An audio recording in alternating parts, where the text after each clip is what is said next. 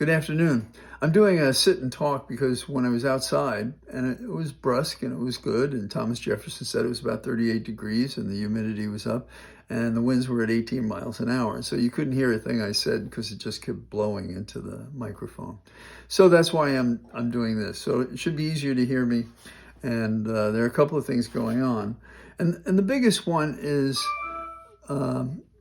Trump, as we know him, proves again that he is a rat bastard, and that you can't trust him, and he's never on your side, and he's always manipulating, and he does it at great danger. And I'm focusing specifically, as I have for several days, on the tariffs that he's insisting is his magical toy. Now, you may remember in the last couple of days, I read, as perhaps many others did, how the formula was being used to determine what was the appropriate tariff for any of the nation states across the world, that formula was being abused. And it was being abused, and the fellow who talked about it was the one who helped develop this. And he said, out of nowhere, they put a number into the formula that made no sense, and the effect of it was that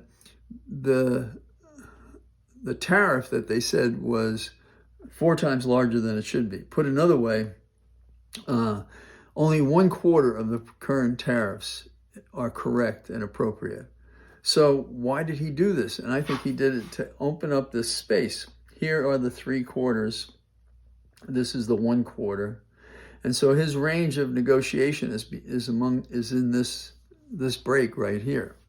And what he did was he created a pressure cooker of fear and anxiety and chaos that this is what was going to happen. We're going to bring down the world. And so he goes off to his golf course, and everybody, why isn't he here? Why isn't he here? Now, this is an interesting aspect of the guy. So this master of chaos and misfortune, he planned this from the beginning. And you don't have to take my word for it. The Treasury Secretary said today, this was his strategy all along. What is wrong with this man? It is possible he was made to defer to the uproar and protest that his actions prompted. But it appears that the people in his cabinet and so forth were out there pushing this thing, terrifying people who are our allies and friends. And then all of a sudden he says, let's have a 90-day pause. Let's see what we can do. And so 75 different countries are lined up, taking a ticket like they're at a grocery, to negotiate the tariff that is 4 times what it should be. And it'll be interesting to see what he gets back to. And then to take his pressure off, he's going to say, well, these countries are not so bad, but China's really bad. So he's going to attack China.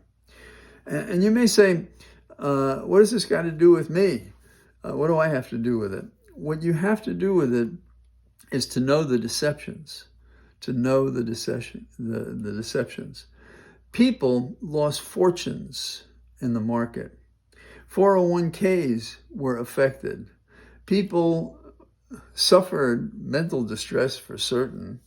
And some people, if you joke to them, you say, have you looked at your 401k recently? They said, no, I don't want to do it. And one fella was apparently taped saying that he wasn't going to look at it. Nobody should, stand by the country. And that would be one thing if Trump stood by us. But he doesn't. He's not our hero. He's our manipulator. He manipulates us.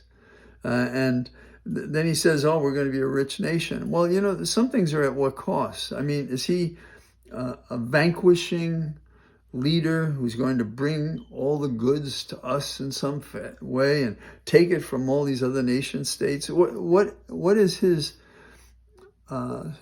social objective? And the thing is, the man doesn't have a social objective. He has an asocial objective, which is to amass for himself the wealth and to take this all in for himself and to do with it as he wishes. Now, still, these tariffs are predicted to cost each and every American, on the average, $3,800. Obviously, some will be more, some will be less. Why? Why do we have to suffer this? Why couldn't he have negotiations without terror and fear, without almost crashing the market? And by the way, the market, when they heard that this pause was in place, then the market comes back. But at what cost to individuals, to entities, to the good faith of the country, what we've done to our allies and are still doing, because this hayride is not over yet. So now, while he's doing this, he has this thought, maybe we could deport U.S. citizens too, if they're violent and heinous. So you see the dictator spreading his wings to encompass more and more people and have power over them and to abuse them as he wishes and to use them as he wants. That's who our president is currently. You and I didn't vote for him. We were right not to. Too many people did, and they have put us in this box. It wouldn't be too strong to say you hate every person who's so stupid as to believe this guy's lies when he does nothing but lie. But I have a forgiving nature, and it doesn't get us anywhere. And I'm not so sure they understand it now, because the reprieve might be the negotiation for 90 days. And what will they think about that? Also, did this happen, and was this timed so that it's just as the budget deal is coming on the table? And if you think this guy is deserving of any praise, well, I'd be surprised. But imagine the fact that when he has his birthday of 79, sometime in June, he expects to get a parade. Will they give him a special salute during the parade? It's 4 miles, and it would be nice that if every inch along that parade route people were going like this. People were chanting him, that they had effigies of him, that they did all the things that make him upset. Lots of statues of Trump with mashed potatoes in his hair. As an Irishman, that's a terrible waste if the mashed potatoes are any good. So, what is the net of my in-house, non-windy, meandering oration today? It is, in the worst and most significant and important case, Trump lies to us. He lies to us about the right amount for any tariffs using a formula. He lies to us that there will be no negotiation. He lies to us about how everybody's going to be wealthy and okay. And you've probably heard people say there has been a president at least once who said, ask what you can do for your country. But this is ask what you can do for Trump. Everything is for Trump. It's not for country.